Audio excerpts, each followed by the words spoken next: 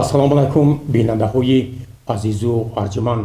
таври ҳамагон огоҳӣ дорем, ҳанӯз дар ҷараёни ироаи паёми навбатии хиш ба Маҷлиси Олии Ҷумҳурии Тоҷикистон, асосгузори сулҳу ваҳдати миллӣ, пешвои миллат, президенти Ҷумҳурии Тоҷикистон муҳтарам Эмомалӣ Раҳмон соли 2024-ро ба ифтихори 30-мин солгарди қабули Конститутсияи Ҷумҳурии Тоҷикистон соли маърифати ҳуқуқӣ эълон карданд. дар ин замина фармони пешвои миллат низ ба тасвиб расид ва аз тарафи мақомоти иҷроияи маҳаллӣ, ҳокимияти давлатии шаҳри Панҷакен, прокуратураи шаҳри Панҷакен, шӯъбаи вазорати корҳои дохилии Ҷумҳурии Тоҷикистон дар шаҳри Панҷакен, шӯъбаи маориф ва дигар сохторҳои шаҳри бостонии Панҷакен нақшаи чорабиниҳо дар самти баландбардоштани маърифати ҳуқуқии шаҳрвандон таҳия ва мавриди амал қарор мегирад.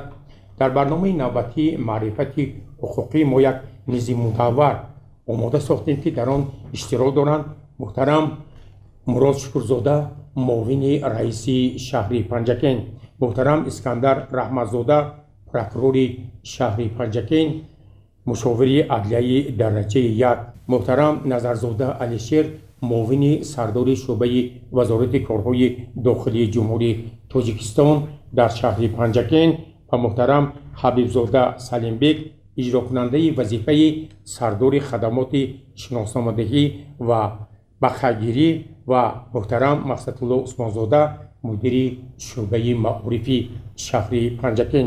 ман ҳамаи шумо меҳмонони арҷуманд, роҳбарони гироми қадро ба ин барномаи навбатии маърифати ҳуқуқӣ хайрамақдам мегӯям ва гумон мекунам, ки дар ҷараёни ин барнома мо бори дигар мардумро бо иҷрои қонунҳо ва дигар тадбирҳое ки ҳадафи асосӣ эҳтиром гузоштан ба волояти қонун мебошад шинос мекунем. муҳтарам Мурод Шукрзода дар оғози суҳбат ба бинандаҳо иттилоъ медодед, ки дар самти иҷрои талаботи соли маърифати ҳуқуқӣ аз тарафи мақомоти иҷроияи маҳаллии ҳокимияти давлатии шаҳри Панҷакен кадом тадбирҳо амалӣ шуданд? марҳамат. эълон гардидани соли маърифати ҳуқуқӣ соли 2024 ин иқдоми муҳтарам пешвои миллат президенти ҷумҳурии Тоҷикистон муҳтарам Эмомалӣ Раҳмон мебошад, ки дар паёми навбатиашон ба Маҷлиси Олии Ҷумҳурии Тоҷикистон ироа гардид. таври шаҳрвандони муҳтарам медонанд, соли 2024 барои шаҳрвандони Ҷумҳурии Тоҷикистон яке аз солҳои фархонда ва хотирмон ба ҳисоб меравад, зеро аз қабул гардидани Конститутсияи Ҷумҳурии Тоҷикистон санаи 6 ноябри соли 2024 30 сол сипарӣ мешавад. дар давоми солҳои соҳибистиқлолии кишвар дар сатҳи баланд бардоштани маърифати ҳуқуқӣ бисёр тадбирҳо андешта шуд ва аз он ҷумла барои ҳифзи арзишҳои миллӣ, зиёд намудани дастовардҳои даврони истиқлолият, таъмини сулҳу ваҳдат ва оромии шаҳрвандон, ҳукумати Ҷумҳурии Тоҷикистон, мақомотҳои маҳаллӣ, ҳокимияти давлатии шаҳру ноҳияҳо дар ҳамкорӣ бо мақомоти ҳифзи ҳуқуқ тадбирҳои судманд меандешанд ва аз он ҷумла пас аз ироа гардидани паёми навбатии президенти Ҷумҳурии Тоҷикистон ба Маҷлиси Олӣ, мақомоти иҷроии маҳаллӣ, ҳокимияти давлатии шаҳри Панҷакен нақшаи чорабиниҳоро бахшида ба соли маърифати ҳуқуқӣ ба таслис расонид, ки дар давоми 7 моҳи соли 2024 амалӣ гардидани бандҳои ин нақшаи чорабинӣ дар ҳамкорӣ бо мақомоти ҳифзи ҳуқуқ ва дигар сохторҳои давлатӣ ба роҳ монда шудааст. лозим ба ёдоварист, ки дар давоми муҳлати сипарӣ гардида дар мақомоти иҷроии ҳокимияти давлатии шаҳр, дар ҷамоатҳои диҳот, корхонаи ташкилотҳо бисёр чорабиниҳое, ки доир ба баланд бардоштани сатҳи маърифати ҳуқуқии шаҳрвандон мегардонда шудааст, суҳбату мулоқотҳо баргузор гардиданд. аслан гиред мулоқот ва гузарондани суҳбатҳо аз мулоқоти муҳтарам пешвои миллат аз санаи 9 марти соли 2024 ва 30 марти соли 2024 бо аҳли зиё ва инчунин фаъолон ходимони дин сарчашма мегирад. зеро дар ин мулоқотҳо муҳтарам пешвои миллат бори дигар зикр намуданд, ки мо бояд корбарӣ ва корҳои тарғиботии ташвиқотиро вобаста ба баланд бардоштани маърифати ҳуқуқии шаҳрвандон, тарғиби тарзи ҳаёти солим و درک ارزش‌های صاحب استقلالی دولت جمهوری تاجیکستان و اینچنین سهمگذاری در آبادانی وطنمون با مناسبت 35 سالگی استقلالت دولتی جمهوری تاجیکستان سهم ارزنده خود را گذاریم و باعث قناعتمندی است و باعث تاکید است که و امروزه برنامه که اینجا صورت میگیرد معرفت حقوقی با اقدام پروکراتوری شهر پنجکین آغاز گردیده علاکه در دوام چندین هفته که سپری گردید با اشتراک کارمندان پروکراتوری شهر و راهبران تشکیلات مؤسسات در سمت‌های گوناگونی که وابسته حقوق شهروندان را در بر میگیرد صحبت ملاقات و میز مداورها برگزار گردیده. مقصد از برگزار گردیدن این ملاقات و میزهای مداور با اون خاطر نگرانده شده است که شهروندان محترم با اون سوال درخواستایی که دارند مراجعت کنند و جوابهای قانع کننده گیرند.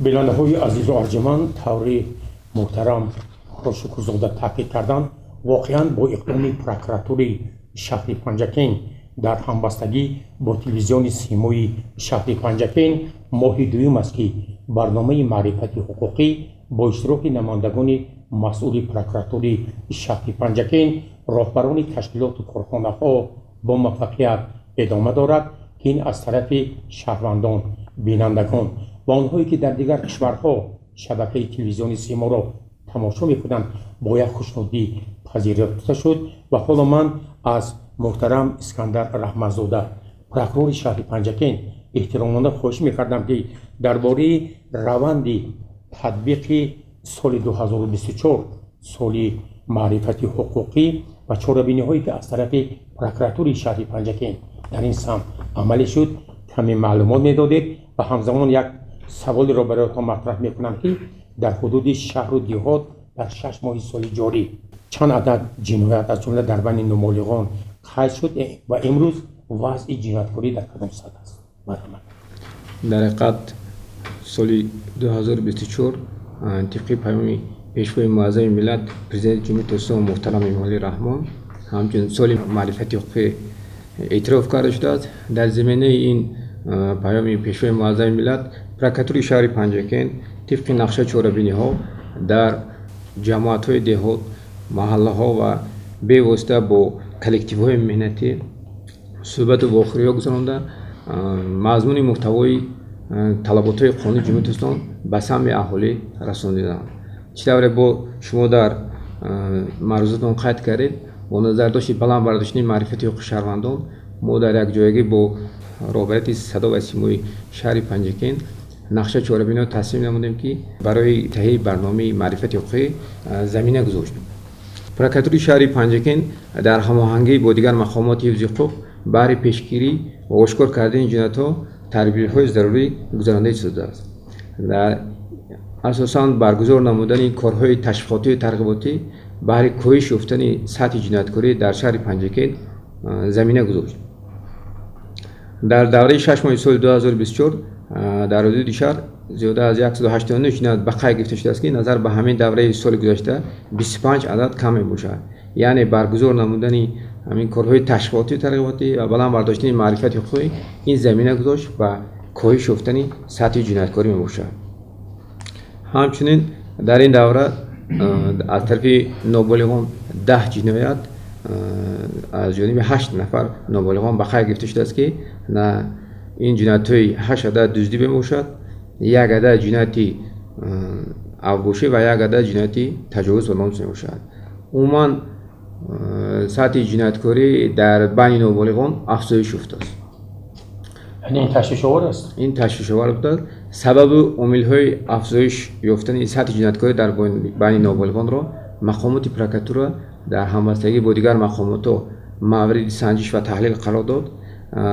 سبب اساسی آنها این اساساً از تعلیم و تربیت دور ماندن نوبالغان، همچنین در تربیت خویشاوند نازک بودن آنها و در عائله‌های ناسالم تربیت یافتن آنها میباشد.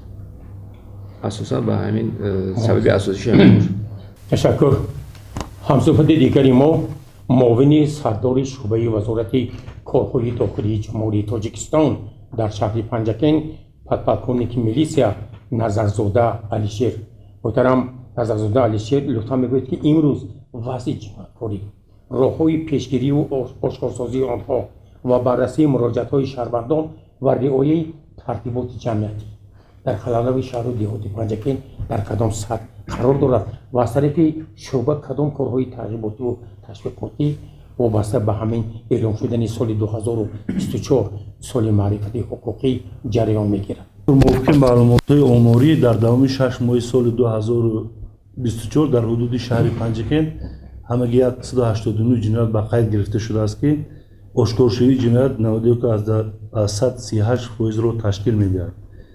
اویدی اجرایش فرمان پرزیدنت جمهوری تاجیکستان تحت رقم 2 از 2 دکمبر سال 1994 اویدی اختیاران سپردن سلاح 8 عدد سلاح از شهروندان مصادره کرده شده است.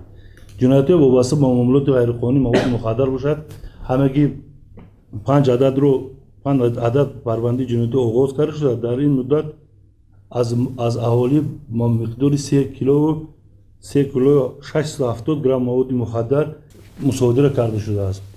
با مقصد معین و دستگیر و پیشگیری نمودن فعالیت اعضایان و طرفداران حزب و حرکت‌های اکستریمیستی تروریستی حزب و حرکت‌های انصارالله داعش این گروه 24 سلفیه چهاربینی‌ها گذرانده شده، چهاربین مشخص اندیشیده گذرانده شده، یک تا کارا با سامان رسانده شد. در دوام 6 ماه سال 2024 نسبت 16 نفر شهروندان ساکنان شهر دهاتی پنجکین برای صادر نمودن جنایت‌های تروریستی و اکستریمیستی پرونده جنایتی آغاز کرده شد که نسبت 15 نفر با رویه سلفیه و یک جنایتی اکستریمیستی به قید گرفته شد. درباره صادرنمایی جنایت چخیلی که محترم پروکورور در اینجا قید نمودن در نتیجه بردن کارهای فهماندهی در بین اهالی 25 عدد جنایت کم شده است که از سال 2023 همگی 214 جنایت به قید گرفته شده. از سال 2023 189 که این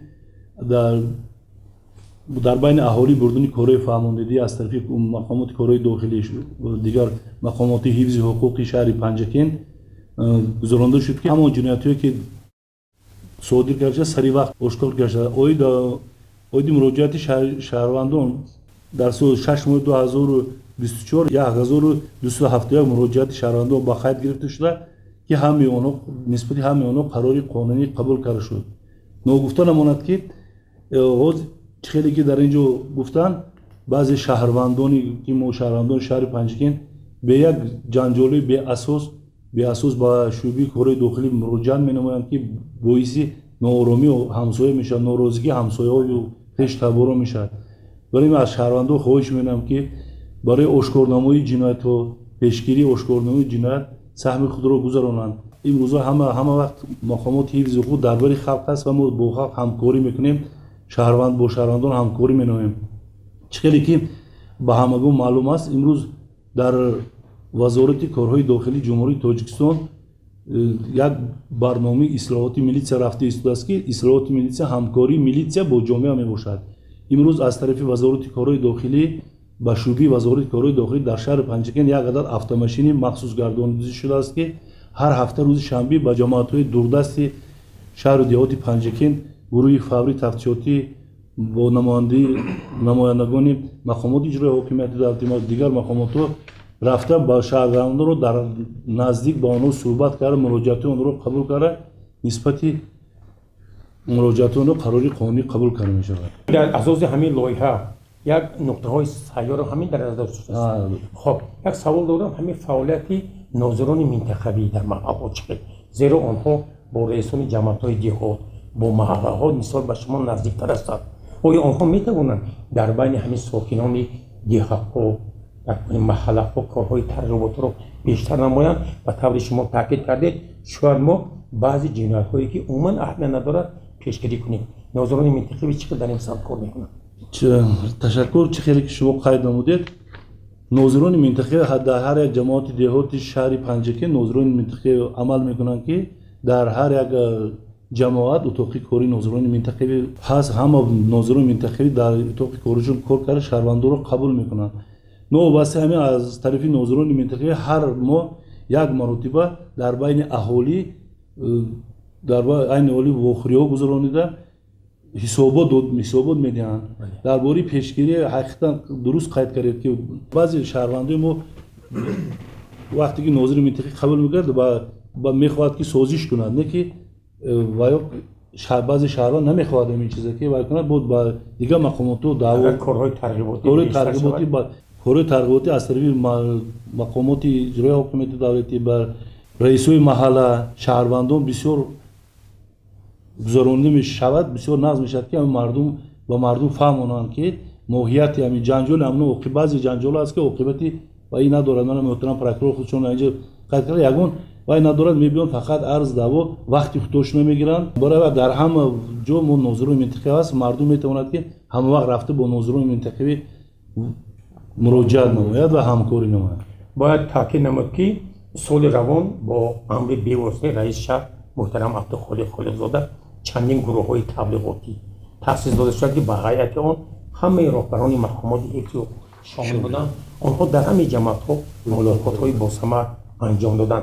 در حقیقت ناظران منطقوی در حدود جماعت‌ها شخصای مسئول هستند که بی‌واسطه با ترتیبات جامعیت نظارت میکنند و پیشگیری همه صادرشوی جنایات را اساساً شخصان مسئول همونو در نمایندگان مقامات حفظی خود میگه در حدود جماعت‌ها و دهه‌ها میباشد. بنابراین شهروندان میتوانند وابسته به هر یک حالت قانون‌ویرانه‌کنی که مشاهده میکنند میتوانند با همون ناظران منطقوی که در اونجا حضور دارند مراجعت کنند.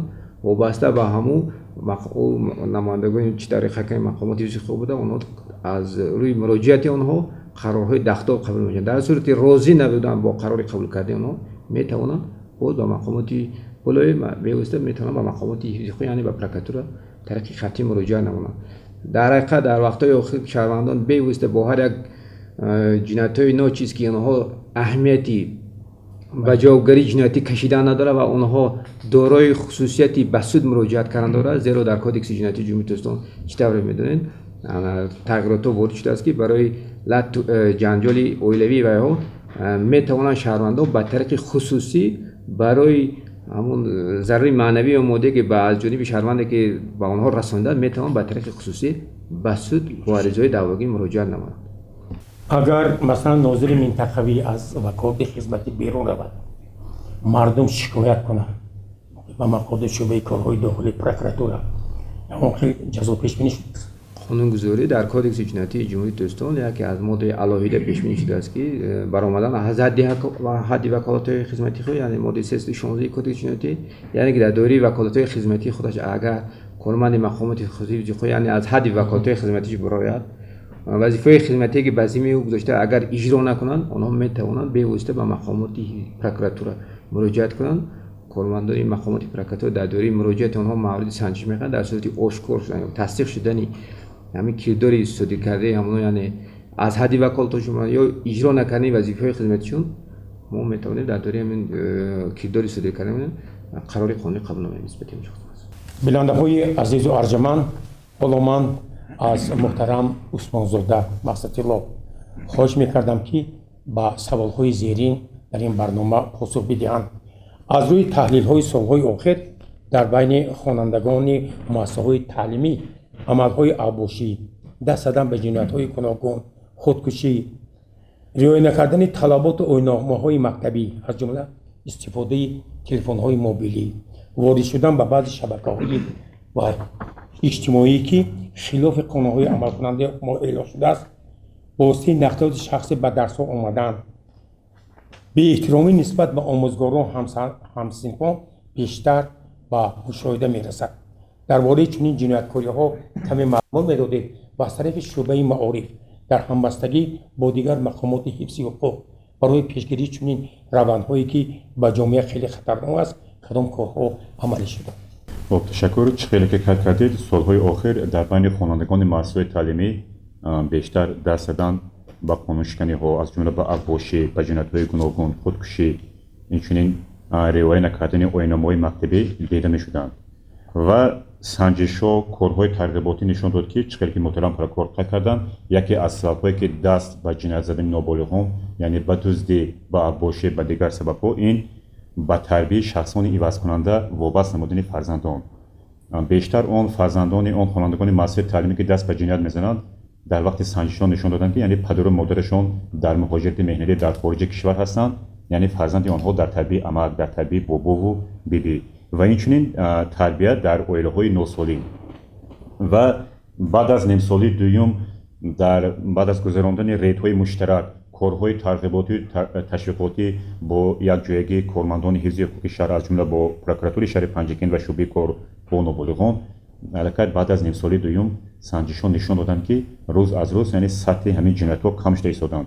ما بیشتر در تمام جماعت‌های دهات در مؤسسات تعلیمی شهر واخوری‌ها با پدر و مادران اینچنین تشکیل نمودن اویله‌های نمونوی درباره تعلیمات غیر دینی واخوری‌ها در تمام مؤسسات تعلیمی تشکیل نمودیم و از روی سنجش‌ها بیشتر نسبت به جماعت‌های دوردست بیشتر قانونشکنی‌ها در حدود شهر پنجکین بیشتر به چشم می‌رسید. یعنی آن خوانندگانی که بیشتر به سبب به درس‌ها اشتراک نمی‌کردند یا درمانی زیاد به چشم می‌رسید ریت‌های مشترک تشکیل کرده شدند و در هر یک مؤسسه تعلیمی یعنی سود سیار تشکیل کرده شده، واخوری‌ها تشکیل کرده شده، یعنی در نزد پدر و مادرشان محاکمه‌رانی کرده شده. حالا ما از محترم پرокурор خوش می‌کردم که درباره جنایت‌های در بین نابالغان چند سخن بگوید. قطع شد 20 یونیو سال 2024 قانون جمهوری اسلامی درباره مسئولیت برای تعلیم تربیت کودک قبول گردید. اون قانون ویرانکنی که شما در معرض اون قید کردید که چین قانون ویرانی قید کرده به واسطه در قانون مذکور مشخص اومده است که برای ویران کردن طلبات همین قانون مسئولیتی هم جوابگری برای پدر و مادران و آموزگاران را درج شده. نرقه ما در نیم سال یکم در همبستگی با خودی کارمندان نمایندگان شعبه معارف، شعبه کارهای داخلی و دیگر مقامات حفظ حقوق سنجش‌های سیار گذراندیم. در نتیجه گذراندن سنجش‌ها معین کرده که اساساً خوانندگان مکتب با قانون ویرانکنی از قبلی به دست دیر اومدن، حاضر نشدند، اقاماتی حاضر نشدند، در دست مهلتی روز یا از 50 ساعت تا 350 ساعت در درس‌ها به سبب‌های اشتراک نکردند. با خود آوردن تلفن‌های موبیلی. بعد همچنین نسبت بعضی آموزگاران هم برای به تیاری حاضر شدن به درس‌ها. در مجموع ما اگر تحلیل گذراندگی نشون دهیم در نیم سال یکم نسبت 350 نفر برای رعایت نکردن همین طلبات قانونگذاری مقامات ملیسیا و پروکراتور نسبت 350 نفر پرونده ویرانکنی معمولی نسبت پدر و مادران با ماده 90 کدکس ویرانکنی معمولی و جوابگری معمولی کشیده شده. عموما ما قانونگذاری مذکور رو حالت رعایت و اجرای قانونگذاری مذکور رو زیر نظارت قطعی قرار داریم. برای پیشگیری کردن یا برای شکن کردن ویرانکنی معمولی مقامات حفظ حقوق و دیگر مقامات صلاحیت پیوسته چاره‌های ضروری اندیشیده شده. تشکر. یعنی در زمینه اون دلیل و رقم‌هایی که محترم پرокурор شب بیان کردن از جانب شعبه معارف تدبیرها اندیشیده میشد برای پیشگیری اون از بین بردن این ظهورات خیلی خطرناک. البته چقدر کار کردیم ما اون خوانندگانی که دست به جنایت می‌زدن یعنی بی سبب به درس‌ها اشتراک نمی‌کردند و یعنی از 50 ساعت زیاد در درس اشتراک نداشتند محاکمه‌رانی بوده با پدر و مادرشان صحبت نمودیم و در بسیار مؤسسات تعلیمی یعنی کادرهای راهبری کننده از جمله معاون دیرکتور اوید و کارهای تربیت یعنی به وظیفه‌شان لایق نبودند عوض کرده شدند و امروز بعد از تشکیل نمودن واخوری‌ها، چهاربینی‌ها، ریت‌های مشترک البته من فکر می‌کنم که یعنی سطح جنایتکاری البته در سال نو تحصیل کم می‌گردد. بیننده‌های عزیز و ارجمند، اشتراکی دیگری میز مداوری ما اجرا کننده وظیفه سرداری خدمات شناسامدهی و بقایگیری شعبه وزارت کارهای داخلی جمهوری تاجیکستان در شهر پنجکین حبیبزاده سلیم بیگ. محترم سلیم بیگ حبیبزاده لطفاً میگفتید که مطابق قانونگذاری‌های جمهوری تاجیکستان ترتیب دادن شناسنامه‌های ملی و خارجی به شهروندان چطور برای مانده شده است؟ در خدمات شناسنامه‌دهی و قیدگیری شعبه وزارت کارهای داخلی جمهوری تاجیکستان در شهر پنجکین 4 کامپیوتر و 6 کارمند در شعبه میلیسیای دهات لایق شهریلی 1 نفر کارمند با جفت تجهیزات معلومات جمع‌کنی دائمی قبول ساکنان شهر پنجکین میباشد. پس از مراجعت شهروندان به خدمات به آنها رویخط حجت‌های ضروری پیشنهاد کرده شده. در اساس آن حجت‌هایی که پیشنهاد می‌نمایند به ما شناسنامه синни соли 16 сола, яъне бори аввал ва барои иваз намудани шиносномаи шаҳрвандӣ, инчунин барои гум кардани шиносномаи дохилӣ шиноснома пешниҳод карда мешавад ба онҳо. ба кадом табақаи шаҳрвандон имтиёзҳо дода шудааст ки онҳо бояд ройгон шиноснома гиранд? طبق طلبات قانون جمهوری تاجیکستان درباره دیگر پرداخت‌های حتمی به بودجه تحت رقم 197 از 28/07/2006 سال قرار حکومت جمهوری تاجیکستان تحت رقم 336 از 30/05/2014 سال درباره مقرر نمودن حجم خراج و دادن شناسنامه شهروندی جمهوری تاجیکستان و خراجات مبلغ دیگر پرداخت‌های شهروندی با اشتراکچیان جنگ بزرگ وطنی، نفقه‌خواران، معیوبان گروه یکم و دوم شناسنامه رایگان داده می شود. اینچنین برای گرفتن شناسنامه خارجی برای معیوبان گروه یک و دو 50% پیش بینی شده است. شهروند می‌پرسد که نرخ شناسنامه‌ها از روی کدام معیار و با کدام ترتیب آنها پرداخت کرده می‌شود؟ برای اینکه بعضا شناسنامه نرخش عوض می‌شود، برام از روی کرسی دلار همه خیلی است. ولی مردم اینا دیگه خیلی می‌فهمند. درست قید کردید. از روی مبلغی برای سپردن شناسنامه شهروندی از روی کرسی دلار امریکایی یعنی تغییر می‌یابد. برای گرفتن شناسنامه خارجی حاضر نرخ 950 سومونی، برای گرفتن شناسنامه بار اول که سن سال 16 ساله شناسنامه داخلی میگیرد 106 سومون، 10 سومون، 18 سومون، 12 سومونی. خدمت‌های ایلاوگی دیگر خدمت‌های ایلاوگی ندارد.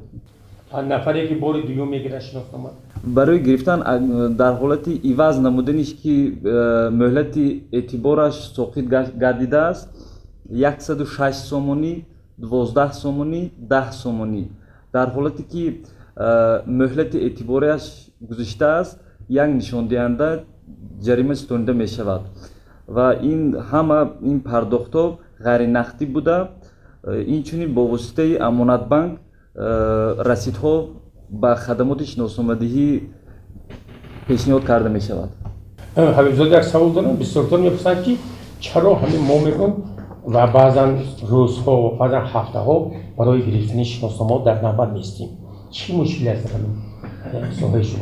یک شهروندان هستند که سندی ضروری سر وقت برای پیشنهاد کردن حجت‌ها آماده نیستند و بعضی خطاگی‌ها در سندها می‌آید که در نام یا نسب خطاگی راه می‌دهد.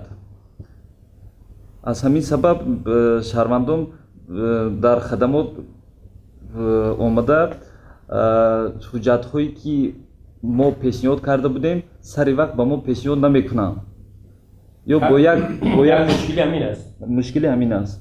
تشکر محترم پرکرور وابسته به همین مسئله جواب فکر اندیشه دارید. چطور در برآمدشون قید کردن برای ارزشش هم برای شناسنامه ملی و هم شناسنامه خارجی معین شده است، یعنی 950 سومونی و دیگر هم ارزشی که قید کردن 106 سومونی و با جای ایلاوگی که قید شده باید پرداخت شد. نوبسته در کدکس قانونی معمولی جمهوری اسلامی برای گم کردن شناسنامه ملی یا شهروند شناسنامه خارجی جوگری معمولی پیش بینی شده، یک نشان دهنده برای حساب پیش بینی شده. در صورتی مطابق قانونگذاری هم مهلت هم معین شده برای در مهلت مقرر شده باید اینو بعد قبلی مراجعه شهروندان در مدت به 14 شبانه روز باید شهروندان را با شناسنامه ملی تامین نمایند. ارزشی که معین کرده هم 106 سومونی و دو با جای ایلاوگی که همون پرداخت میکنن در مدت 14 شبانه روز باید شناسنامه را شهروندان قبول کنند. تشکر با محترم مدیر شعبه معارف.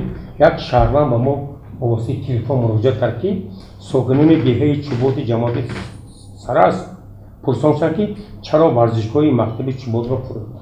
البته این ورزشگاه در نزد بنای مؤسسه قرار داشت و وقت از اون که سنجش‌ها ریت‌های مشترک نشان دادن، یعنی در سالهای پیشینه یعنی زمین همون نزد حالیکی را به دیگر سایکور داده بودند و امروز علاقه کارهای آبادانی به راه مانده شده ایستاده است. بخشیده به جشن 35 سالگی اسکول دولت جمهوری تاجیکستان یعنی میدانچه ورزشی زمانوی این نفروشه یعنی نه این قبلا به کسی وابسته کرده بودن یعنی وابسته کرده شده به گرفته به زمین کشاورزی استفاده میکنه. اگه خود این تغییر این ورزشگاه چیکار میشه؟ علاقه کارهای ساختمانی روزهای نزدیک آغاز میکنه.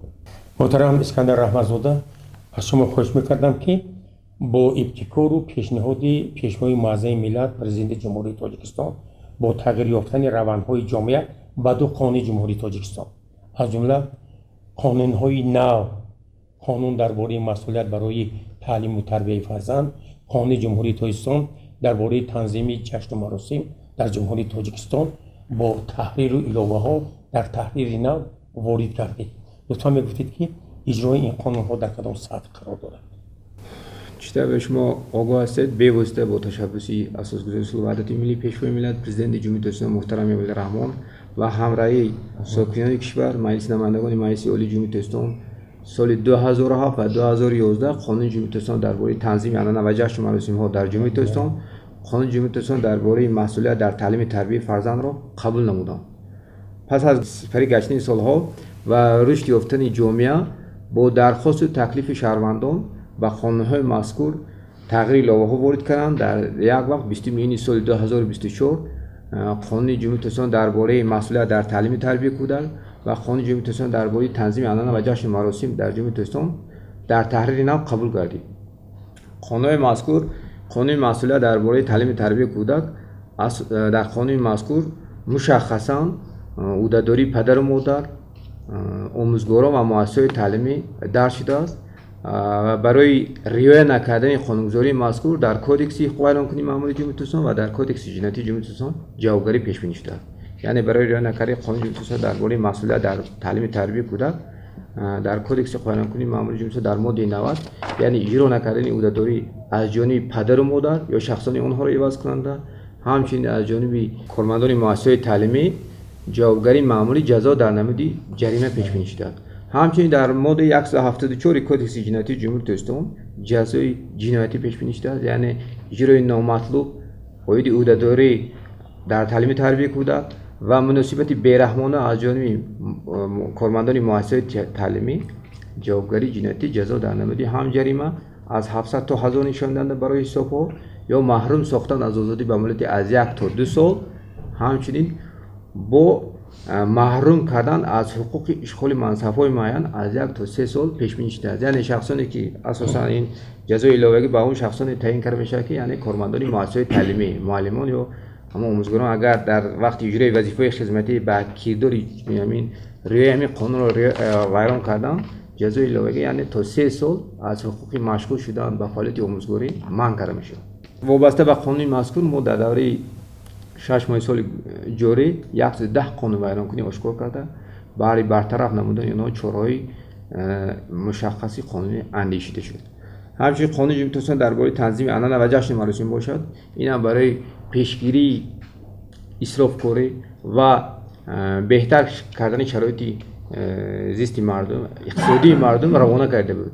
وابسته به اجرای قانونگذاری مذکور پرکاتور شهر در همبستگی با دیگر مقامات داخلی و علاقه کارمندان شعبه کار داخلی پیوسته سنجشی گذارنده 16 حالتی رعایت نکردن قانون مذکور را آشکار نمودیم. علاوه خصوص برگزار نمودیم توی معرکه عروس دامتی با تعداد زیادی شهروندان یا که غیر قانونی تشکیل کردن معرکه‌های حج عشی، حج زیارت معین کرده نسبت شخصانی بیان کننده با ماده 481 که کودکس بیان کنی ماموری جمهوری تاجیکستان پرونده بیان کنی ماموری آغاز کرده شد.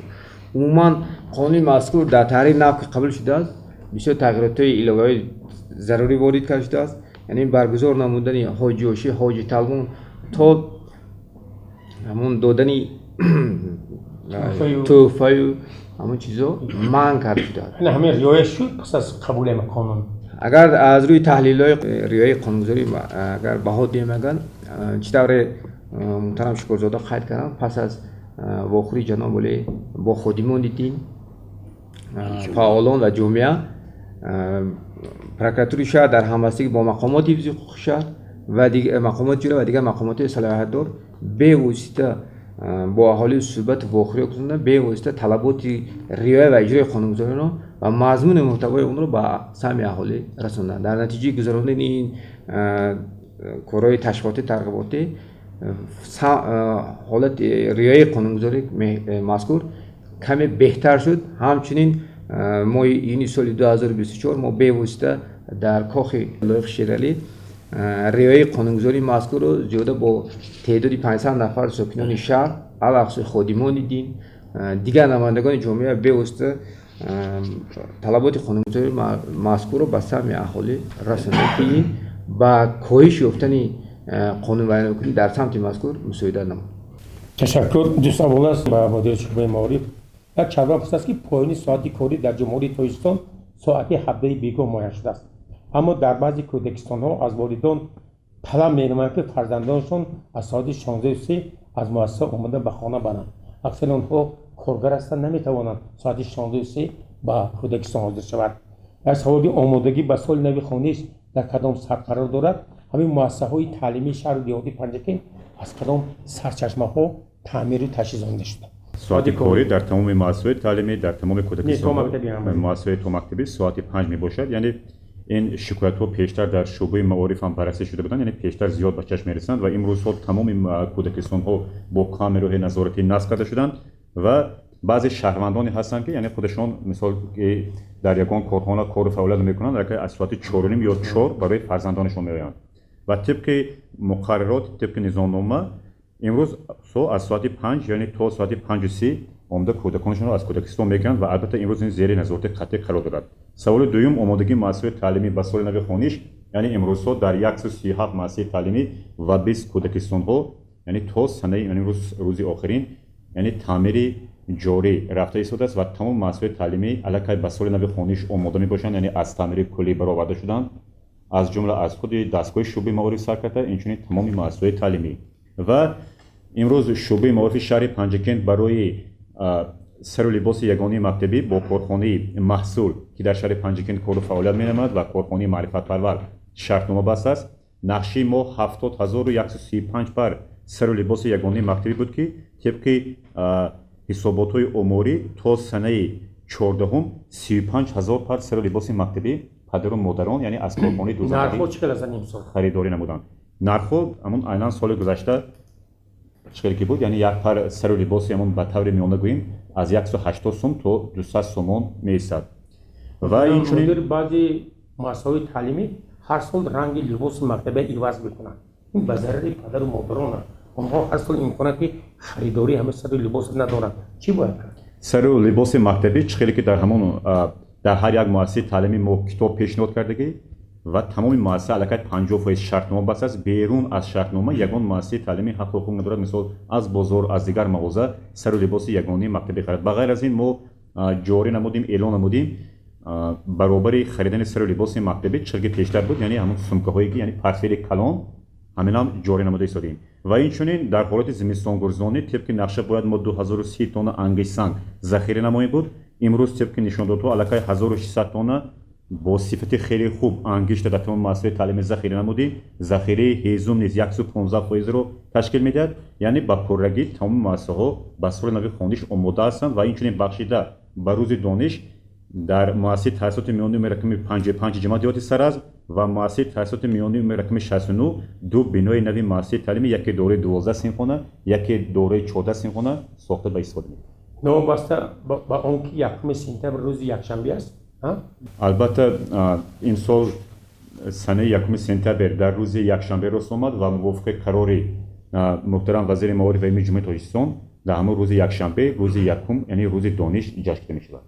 بیننده‌های عزیز و ارجمند در خاتمه این میز مدور من از محترم نظرزاده علیشیر معاون سرداری شعبه وزارت کارهای داخلی جمهوری تاجیکستان در شهر پنجکین، محترم اسکندر رحمتزاده پروکورور شهر پنجکین و مراد شکرزاده معاون رئیس شهر پنجکین خواهش میکنم که اندیشه و ملاحظات پیشنهادهای خویش را با مردم دیاری باستانیمان پیرامون معرفت حقوقی، راه‌های پیشگیری جنایتکاری، رسیدن به یک دولت آباد، دموکراتی و دیگر مسائلی که به رشد جامعه تعلق دارد بیان میکردند. مرحمت. سال 2024 رو اساسگذار سول وحدت ملی پیشوای ملت پرزیدنت جمهوری اسلامی اعتراف نمودن سال معرفتی حقوقی این عزم مدعاست، زیرا اگر در در جمهوری که شهروندان حقوق و عهدهداری خود را دانند هیچ وقت دست به قانون اعلان کنی نمیزنند.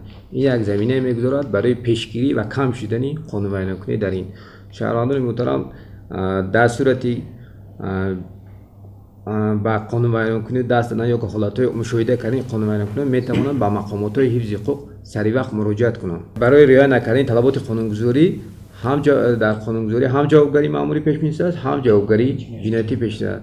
از این رو از شهروندان احترام خواهش کرده می‌شود که رعایت طلبات قانونگذاری جمهوری را قطعاً رعایت نمایند. و شهروندان مراجعه می‌کردیم میگیم که همکاری با مقامات حفظ حقوق پرزور نموده برای پیشگیری صادرشوی جنایت حقوق ویرانکنی‌ها همکاری نمایند که بی‌طرفی این بی‌شرفی است میگویند. بنابراین خواهش می‌کنیم که همه یک جای شده پیشگیری کنیم شامل شوی جوانان به حزب و حرکت خود. ما هم باید همه وقت فرزندای خودمون، همسایه‌های خودمون، رفیقای خودمون برای راست هدایت کنیم که به هر گونه گروه‌های افراطی، به هر گونه شبکه‌های اینترنتی که امروز در جمهوری تاجیکستان هر خیل گپ و هر خیل خبرهای دروغ و وای پیشون میکنن باور نکنن. اون چیزی که هست همون چیزی که هست ما در مطبوعات تاجیکستان در شبکه‌های برنامه تلویزیونی همه وقت تشویق ترغیبات برده می شود. برای انتخاب خواهش می‌کنم که پیشگیری جنایت این اصلا وظیفه هم شهروندان هم پدر و مادران خویشاوندان هم هموطنان است که ما باید که یک جای شده صادرشوی جنایت پیشگیری نماییم. امروزه میز مدوری که برگزار گردید خیلی یک اقدام نیک بود از جانب پرکراتوری شهر پنجکین و باوری دارم که در دوام هفته‌های سپری گردید و مردم به این برنامه مراجعت کردند و سوالهای خود پاسخ گرفتند و همچنین در هفته‌های آینده نیز این برنامه طبق نقشه ادامه می‌کند و شهروندان محترم می‌توانند که در دوره اعلان گردیدن سال 2024 سال معرفتی حقوقی و چندین درخواست سوالهای خود جواب گیرند و لازم به یادآوری است که در دوام همین مهلتی که سپری گردید در همکاری با مقامات پرکراتور شعبه کارهای داخلی بخش تنظیم انا جشن مراسم ها شعبه کار با جوانان شعبه کار با زنان و عائله و دیگر تشکیلات های جمعیتی سیاسی در حدود شهر دیهاتی پنجکین زیاده از 220 ملاقات های سودمند و اینچنین چندین میزهای مداور کنفرانس ها برگزار گردید. در نیم ساله دیو مقامات اجرایی حاکمیت دولت شهر پنجکین تصمیم گرفته است که این همکاری ها را ادامه دهد و باید که چنین صحبت ملاقات ها در دورترین دیه ها در مضافات هایی که از مرکز شهر دور هستند چنین ملاقات و صحبت ها برگزار کرده شود و گفتنی هستم که اعلان شدن سال 2024 سال معرفتی حقوقی و این چنین وابسته به پیشرفت زمان و دیگر گونه در جامعه امروزی ما که وضع سیاسی روز به روز و ماه به ماه تغییر یافته شده است تکمیل دادن سندهای معیاری حقوقی این به فایده شهروندان است و از آن جمله در تحریر نو قبول گردیدن قانون‌های جمهوری تاجیکستان درباره تنظیم جشن مراسم در جمهوری تاجیکستان و اینچنین درباره مسئولیت برای تعلیم و تربیت کودک را مردم شریف تاجیکستان پیش از همه خوب قبول کردند و بار دیگر مردم درک کردند که ماهیت قبول قانون‌های نام برده به منفعت اقتصادی مردم ما است و اینچنین بسیار عنعنه‌های نادرکار و آن چاره‌بینی‌هایی که اسرافکاری داشتن از بین رفتند و این رو طوری که اینجا اشتراکچیان میز مدور قید کردند و از آن جمله محترم پروکورور یادآوری کردند با مردم تاکید کرده شد که باید که طلبات‌های قانونی مذکور سخت رعایت کرده شود زیرا با منفعت خودی مردم است و اینچنین کارهای فرماندهی در بین امام‌ها در بین خویش تباران حاجی‌ها گذرانده شد و اینچنین امروز در همکاری با شعبه معارف برای آموزاندن ماهیت این قانون در بین جامعه مهنتی کارهای فرماندهی ادامه دارد و از آن جمله قید کردنی هستم که قانون جمهوری تاجیکستان درباره مسئولیت برای تعلیم و تربیت کودک در عین زمان هم اویله، هم مکتب، هم جامعه رو وظیفه دار که باید برای تعلیم و تربیت نسل نوراست که آینده ملت آینده تاجیکستان می باشد دقت جدی داده شود. فرزند کودک در اویله تربیت می یابد. قسمی دیوم عمرش در مؤسسه تعلیمی میگذرد و سپس در جامعه های مهنتی در چهره‌بینی ها اشتراک می‌کنند.